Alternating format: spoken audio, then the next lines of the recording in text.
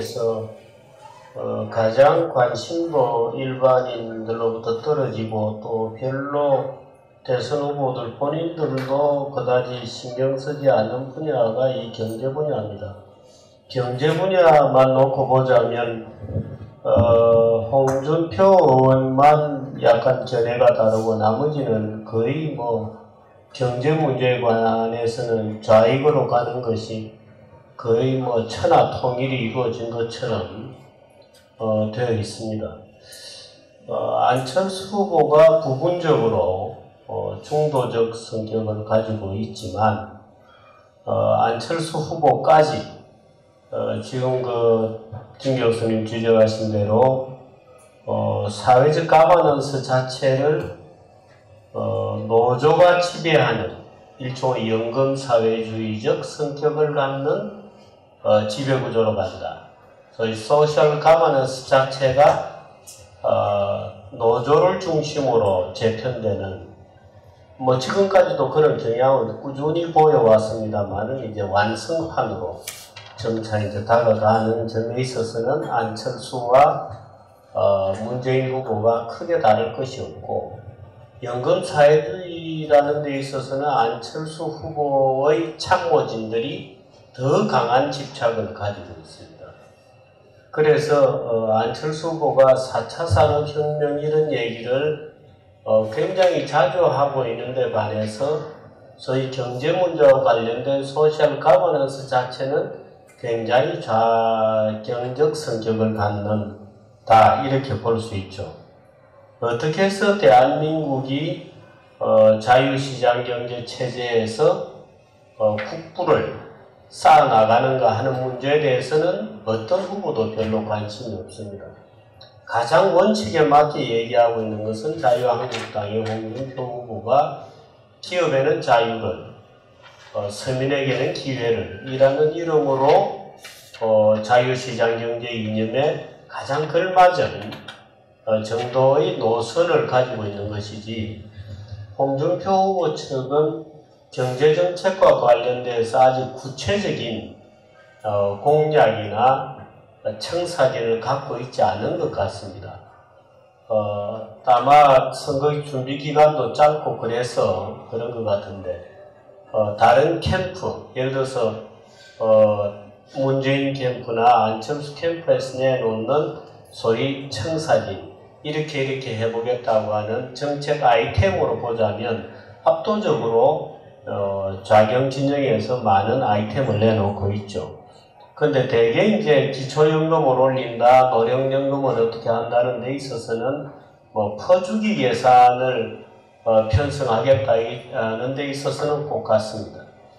하나, 아까 연금사회주의 얘기가 있었는데, 더불어민주당에서 내놓은 여러 가지 나중에 특이한 점은 국민연금 적립액을 앞으로 정부가 갖다 쓰겠다고 살짝 발표해 놓았던 점이 이제 눈에 좀 뜨입니다. 저는 주로 구석배기에 있는 걸 잘 찾아다니니까. 그런데 국민연금으로 복지를 하겠다고 되어 있습니다. 그러니까 임대주택이라든지 이런 것을 국민연금에 정부가 발행한 국공채를 맡기고 국민연금 돈을 조달해서 쓰겠다는 점이 좀 눈에 띄는 대목이고 안철수 후보의 공약에서 눈에 좀 띄는 대목은 기업 분할 명령권을 공정거래위원회에서 갖겠다 하는 점이 좀 눈에 띄는 점입니다. 여차지가면 재벌 해체를 명령하겠다 하는 것이 이제 포함되어 있는 점이 독소조항들입니다. 그래서 이런 독소조항들은 사실 선거 과정에서 공약에 들어있다가 슬그머니 드랍될 수도 있습니다. 근데 문제는 이제 이쪽 정치 그룹들은 그동안에도 줄기차게 그 문제를 지적을 해왔고 자유한국당 안에는 제가 얼핏설핏 듣기로는 오히려 홍준표 후보는 굉장히 시장경제의 원리에 맞는 얘기를 하는데 그 밑에 당에서 계속해서 그런 식으로는 선거 못합니다 하면서 복지정책이라든지 무슨 서민보호정책이다, 골목 보호를 하겠다, 동반성장이다 이런 구호를 내걸기를 요구하고 있는 것 같아요. 그래서 최근 들어서 엊그제 나온 이런 공약들을 보면 굉장히 홍준표 후보의 평소 주장과는 다른 내용들도 꽤 나오고 있습니다. 근데 그런 것을 보면 우리 정당들이 보편적으로 굉장히 작용화되어 있습니다, 지금. 그래서 엄밀하게 말하자면, 물론 트럼프도 일부 좌경적 세계관을 굉장히 가지고 있는데, 미국이나 영국 보수당에 준하는 정도의 경제정책을 가지고 있는 정당은 현재로서 없습니다. 대한민국에는 적어도 경제 문제와 관련해서 순수한 미국이나 영국 수준의 보수당은 존재하지 않는다고 봐야 됩니다. 그게 제가 늘 걱정하는 주제인데요.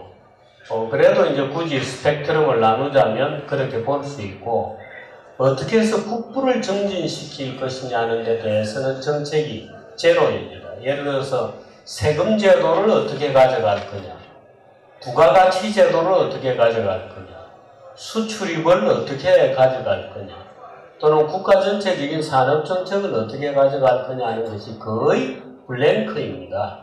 그래서 후보들도 별로 걱정하는 것 같지도 않고, 각 당들도 대학교에서 1000명, 2000명씩 모아놓고 각자 아이디어를 내서 그냥 중구난방으로 각 그 정책들 간에 상충되는 것이 많은데도 막 한꺼번에 쏟아부어서 지금 정렬이 되어 있습니다. 이제 그런 정도여서 걱정이 되죠. 근데 제일 이제 그나마 보수의 어떤 세계관에 적합하다고 하는 게 홍준표 후보가 세금은 오히려 좀 줄여야 된다 하는 얘기를 조금 걸쳐놓았습니다. 근데 그 세제 개혁을 어떻게 가져갈 거냐 하는 철학이 있는 정책에까지는 전혀 도달하지 못하고 있습니다. 그런 정도가 지금 우리 그 대통령 후보들이 갖고 있는 정책의 어떤 수준입니다. 그러니까 굉장히 얕고 어떻든 복지가 여전히 앞에 달려 있고, 예를 들어 지금 국방에 대해서는 굉장히 논란이 많은데, 경제 분야에 또는 국가 재정 전략에 그 어디에도 국방에 대해서 앞으로 예를 들어서 어떻게 해나가겠다는 계획을 우리 눈에 띌 만큼 구체화해서 내놓는 후보는 아직도 없어서 경제정책은 굉장히 이번에는 완전히 아주 그냥 대수롭지 않게 지급되고 있고, 그게 이번 선거의 또 특징 중에 하나인 것 같습니다. 그러니까 이거는 보수냐 진보냐는 것을 가릴 것 없이 너무 쉽게 소셜 가버넌스에 대해서 얘기합니다. 안철수도 그렇고, 또는 저쪽에 문재인 후보도 국민연금을 갖다 쓰거나 또는 국민연금을 통해서 기업들을 길들이겠다고 하는 생각은 양쪽 다 기본적으로 굉장히 강하게 깔려 있어서 걱정이 됩니다. 네.